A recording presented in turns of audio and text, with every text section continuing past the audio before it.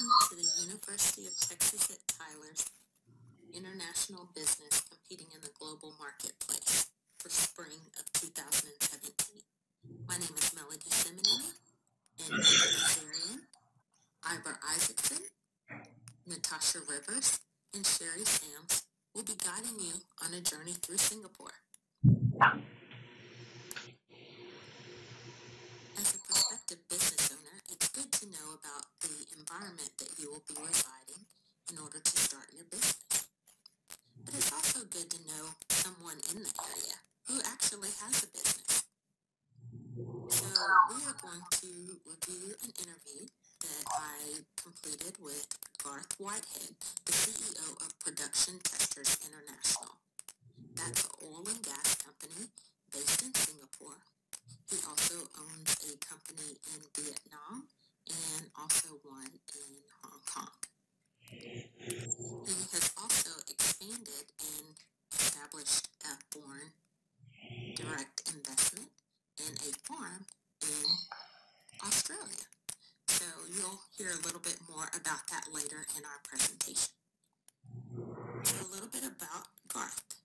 He first arrived in Singapore as a backpacker in 1970, and he ran out of money, so he got a job in the oil and gas field.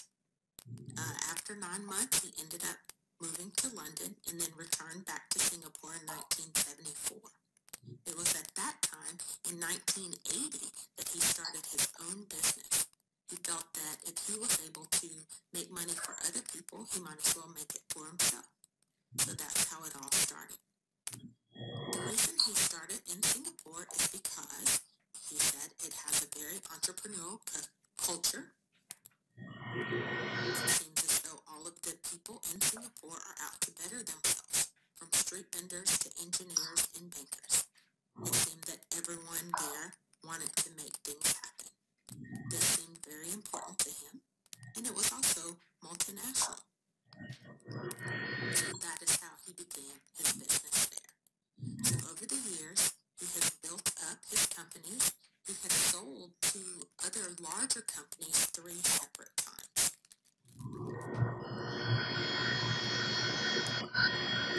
According to Garth, he feels that the Singapore area is a prime location for business, as it's in between major growth areas and is the busiest port in the world most of the time. The airport is super efficient from his perspective, communications are great, and crime is very low. The food is good, the climate is good, and there are lots of cultures in that area, and many different races and religions living well together. But we can hear from him throughout this presentation, so let's give you a little bit of background, and we'll let you figure it out for yourself.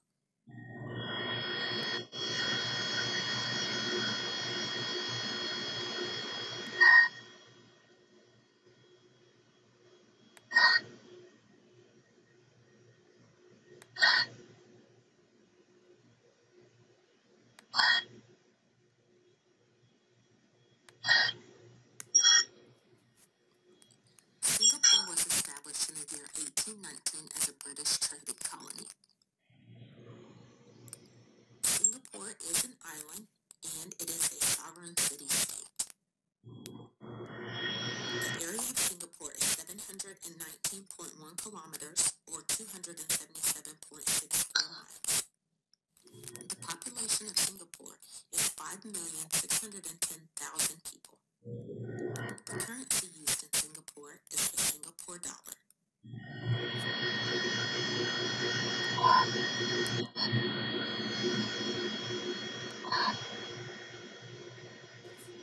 The political system of Singapore is very similar to the United States. It has a parliament, a cabinet, under the scope of the president. However, the president is very ceremonial. It is a unitary dominant party, a parliamentary republic, ensuring that the parties in power will be there for a very distant future, establishing good business practices and laws that aren't subject to change.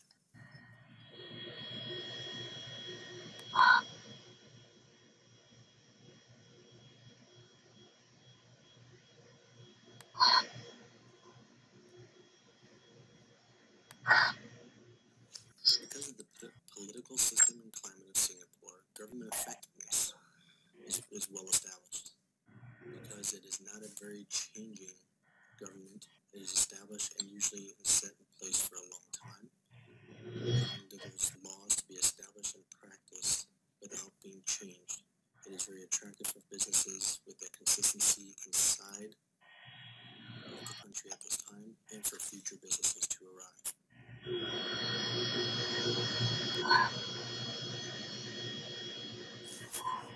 As you can see by the CPI Corruption Perception Index and also the Rule of Law Index, Singapore has a low corruption and high rule of law. Singapore is very business friendly in that regard, due to the fact that the laws that are in place usually stay in place and also are very strictly enforced.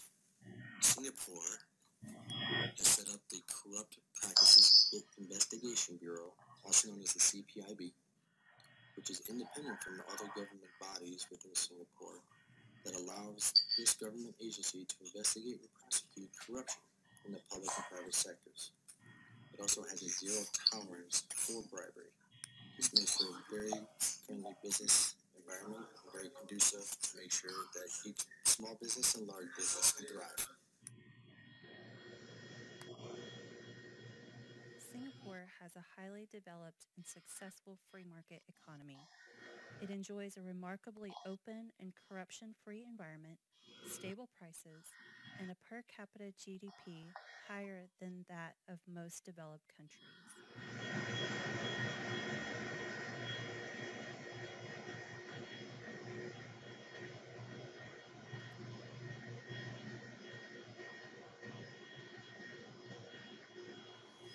Singapore enjoys a very low unemployment rate.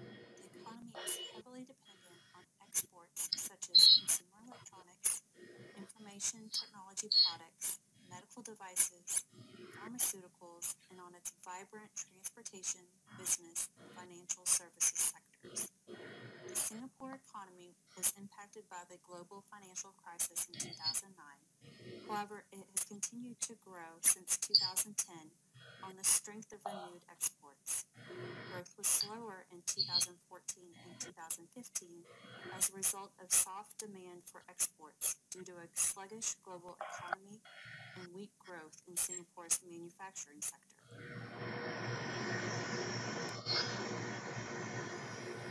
The Singapore government is attempting to restructure the economy by weaning its dependence on foreign labor, addressing weak productivity, and increasing Singaporean wages.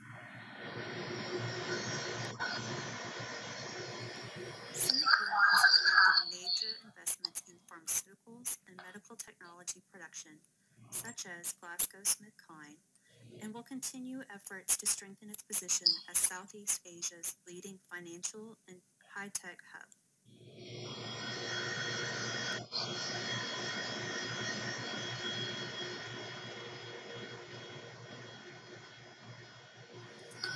Singapore is a member of the now 11-nation Trans-Pacific Partnership negotiations, as well as the Regional Comprehensive Economic Partnership negotiations that includes 9 other ASEAN members, plus Australia, China, India, Japan, South Korea, and New Zealand.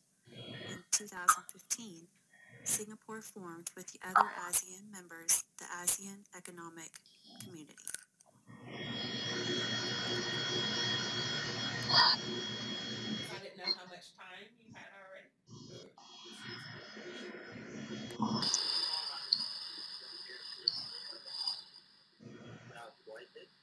President of Singapore, come back in Australia for annual leave to see the farm.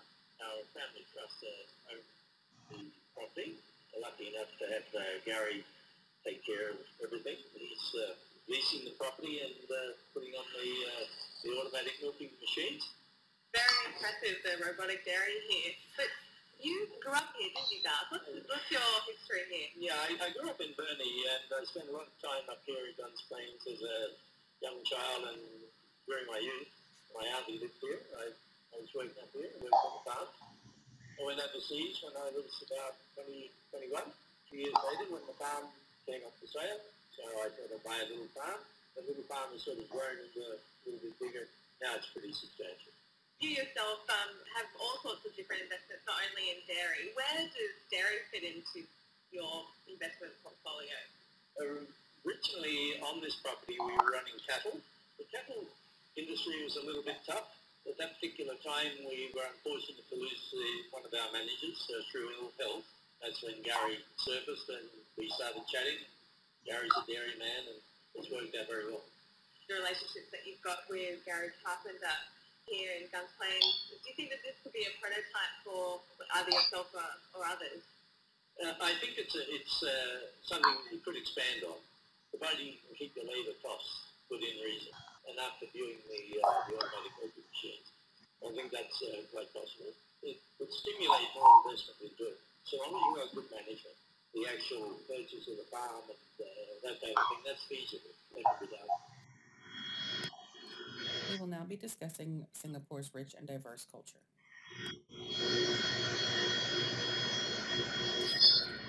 The people of Singapore are free to practice the religion of their choice. While nearly a third are Buddhists, Islam and Taoism come in next in line.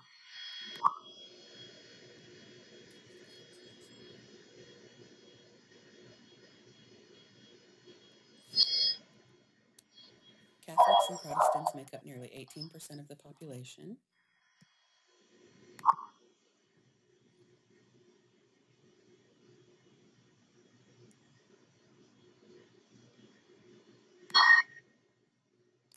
And Hindus comprise about 5%.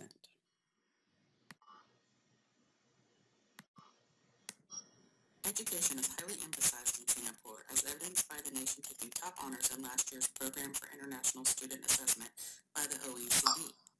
The nation scored highest in all three categories of science, reading, and mathematics. By comparison, the United States ranked 25th. Arts are also quite important to Singaporeans.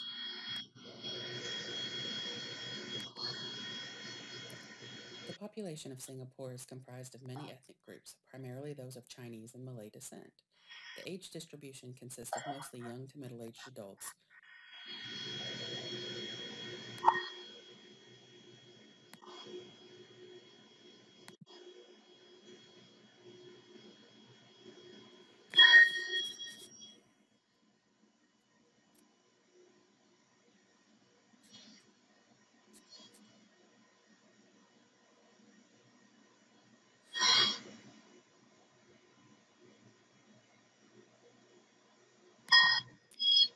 Troconard's data of Singapore demonstrates a country more focused on the group than the individual. There is also evidence of a strong emphasis on rules and laws. Hofstede's data conveys a high power distance for Singaporeans. Again, the group is emphasized. Now let's review technology in Singapore compared to the United States.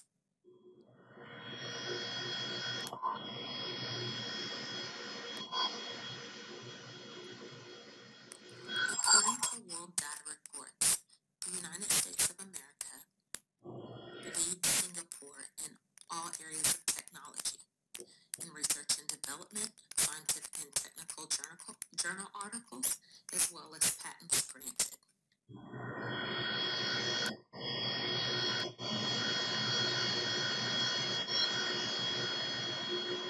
As far as the Innovation Index is concerned, the United States leads Singapore over the last 4 years.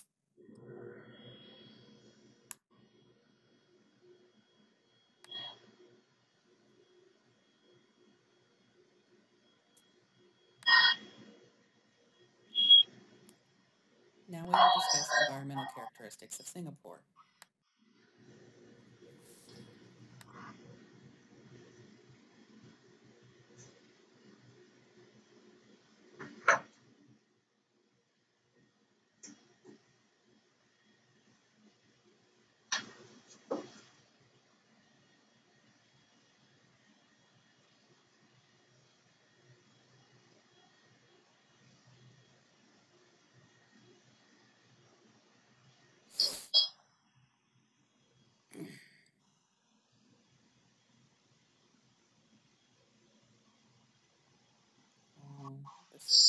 This will only take me like 10 seconds for this little.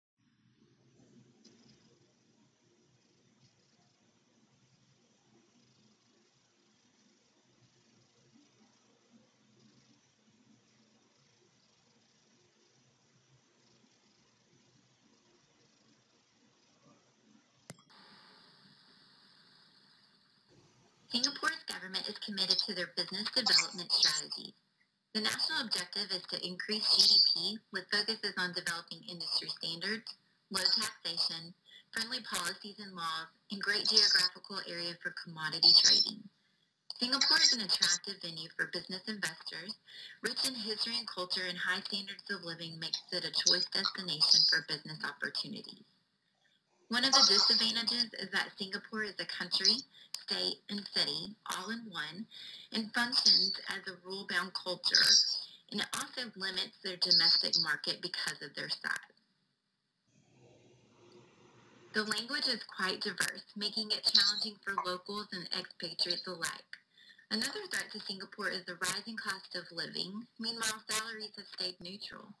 Cost of transportation, fuel costs, and rent with the strengthening Singapore dollar has left challenges for locals and business people. After all is said, Singapore has a lot to offer. From the pictures in this presentation, we hope you can see the beauty within.